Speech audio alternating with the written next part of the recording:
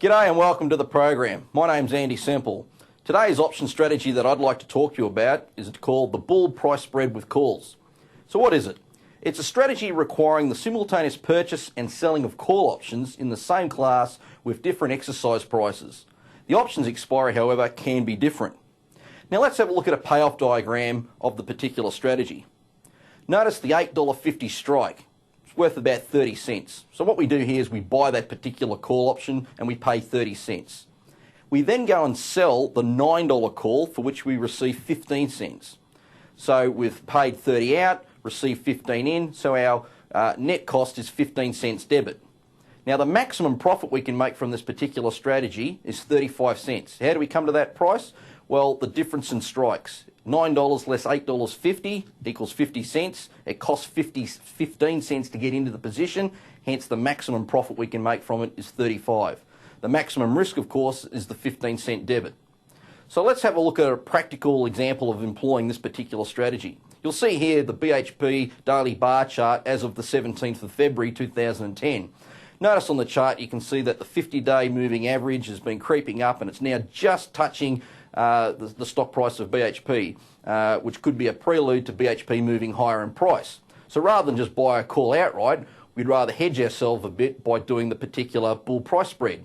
So let's now have a look at a practical example now. BHP is trading at $41.34. So in this instance, we go and buy the BHP June 10 $42 call option, and that costs around about $2.34. We then simultaneously sell the BHP June 10 $44 call and we receive $1.49. So our pay or risk is 85 cents debit. Now the maximum profit from this particular strategy, again, is the difference in the spread minus the cost of the spread. So again, a $42 call was purchased, a $44 call was sold, so the maximum spread difference there is $2. The spread, however, cost 85 cents, so therefore at the end of expiry, if this is in the money, the maximum profit we can make is $1.15.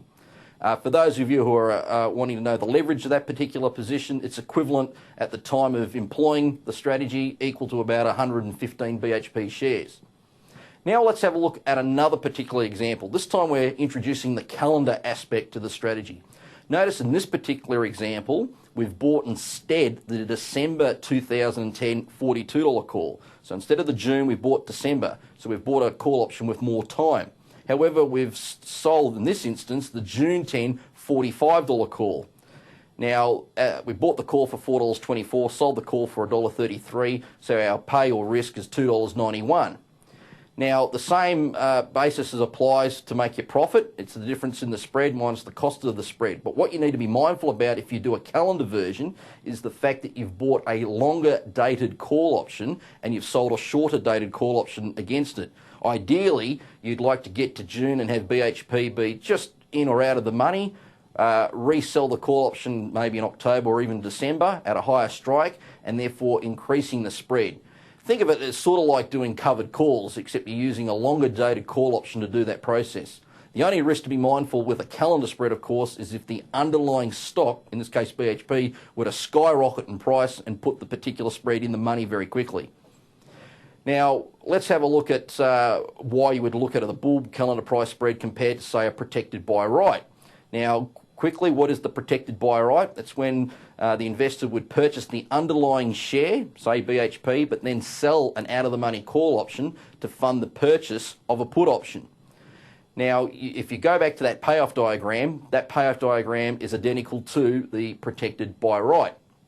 Now, the spread is significantly cheaper to employ than the protected buy right. Again, if you had to go buy 1,000 BHP shares at $41.34, you spent over $41,000. You then have to sell the call, and then you have to buy the put, and you've got 3 transactions to take into account. Whereas if you did the spread, well, using the example I've just given, it's only going to cost $850. So you can see that implementing the spread is significantly cheaper than doing a protected buy right.